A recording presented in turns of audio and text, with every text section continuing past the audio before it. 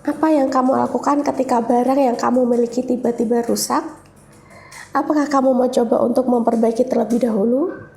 Atau langsung kamu buang dan kamu ganti dengan yang baru?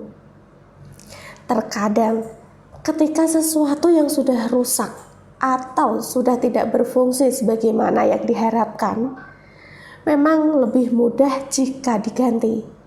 Tidak perlu repot-repot benerin, tidak perlu capek-capek dipikirin. Apalagi zaman sekarang, apa-apa mudah didapat. Tapi tahukah kamu, mentalitas yang mudah mengganti sebenarnya bukanlah sebuah mentalitas yang baik untuk diterapkan dalam kehidupan kita. Pemikiran, ngapain repot, ganti aja yang baru, gampang kok. Ngapain ribet, ganti aja, lebih praktis katanya.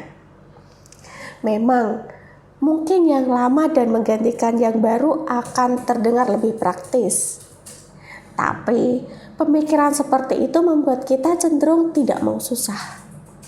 Tidak tertantang untuk memahami masalah sehingga kita tidak terampil untuk menyelesaikannya. Bahkan, yang lebih menyedihkan, mentalitas mengganti ini belakangan bukan hanya diterapkan terhadap barang saja, tapi seringkali tanpa disadari kebiasaan itu terbawa dalam sebuah hubungan. Begitu mudahnya bilang pisah, begitu gampangnya menyudahi sebuah perkawinan. Bahkan, begitu cepat mendapatkan penggantinya. Ingat, tidak semua yang telah rusak harus diganti. Ada saatnya kita harus belajar memperbaiki. Karena ada beberapa hal yang dalam hidup kita yang serusak apapun itu, kita tidak bisa begitu saja membuangnya, bahkan menggantinya. Pernikahan adalah salah satu contohnya. Hubungan cinta memang selalu mengalami pasang surut.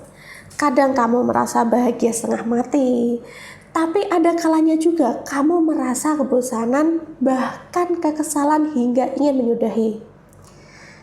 Hal itu wajar, karena memang begitulah siklusnya. Namun ketika perselisihan terjadi dan muncul keinginan untuk mengganti, ingatlah, langkah pertama yang harus dilakukan adalah sadar dan mencari tahu apa yang harus diperbaiki.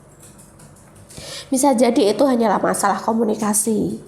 Bisa jadi itu hanyalah sang suami yang tengah sibuk bekerja lembur demi anak istri. Bisa jadi itu hanyalah seorang istri yang sedang butuh rekreasi. Bisa jadi juga itu hanyalah cara ungkapan seorang istri yang butuh dimengerti oleh seorang suami. Bisa jadi juga itu mungkin cara suami untuk minta lebih perhatian dari sang istri. Nah, ingat, seperti apapun situasinya, selalu ada yang bisa diperbaiki. Memang, memperbaiki itu sulit dan dibutuhkan keterampilan, kesabaran, dan juga kedewasaan. Tapi semua itu bisa asalkan ada kemauan. Cobalah ingat-ingat kembali, ada banyak hal yang sebenarnya patut disyukuri. Istri yang kadang manja dan minta diperhatikan sebenarnya adalah istri yang penyayang dan juga penuh bakti. Suami yang pendiam dan tidak terlihat romantis itu sebenarnya adalah suami yang rela berkorban, berkeringat seharian demi anak istri. Istri yang berwajah kusam dan dasteran itu adalah istri yang mungkin seharian mengurus rumah tangga demi baktinya kepada suami hingga lupa melawat diri. Walaupun masakannya tidak seenak masakan restoran, walaupun mungkin wajahnya tidak semudah ketika pacaran, tapi bagaimanapun juga dia tetap istrimu. Walaupun gaji yang dihasilkan masih terasa belum mencukupi, walaupun rambut yang dikepang sudah mulai menipis dan memutih, tapi bagaimanapun juga dia tetap suamimu. Ingat, kelebihan dan kekurangan pasangan adalah ujian diri untuk membuktikan cinta sejati. Dalam rumah tangga, tidak ada suami dan istri yang sempurna. Tapi itu bukan alasan untuk mendua, apalagi mencari cinta lain di luar sana. Terima pasangan apa adanya sambil terus saling memperbaiki diri. Karena itulah sesungguhnya komitmen suami istri.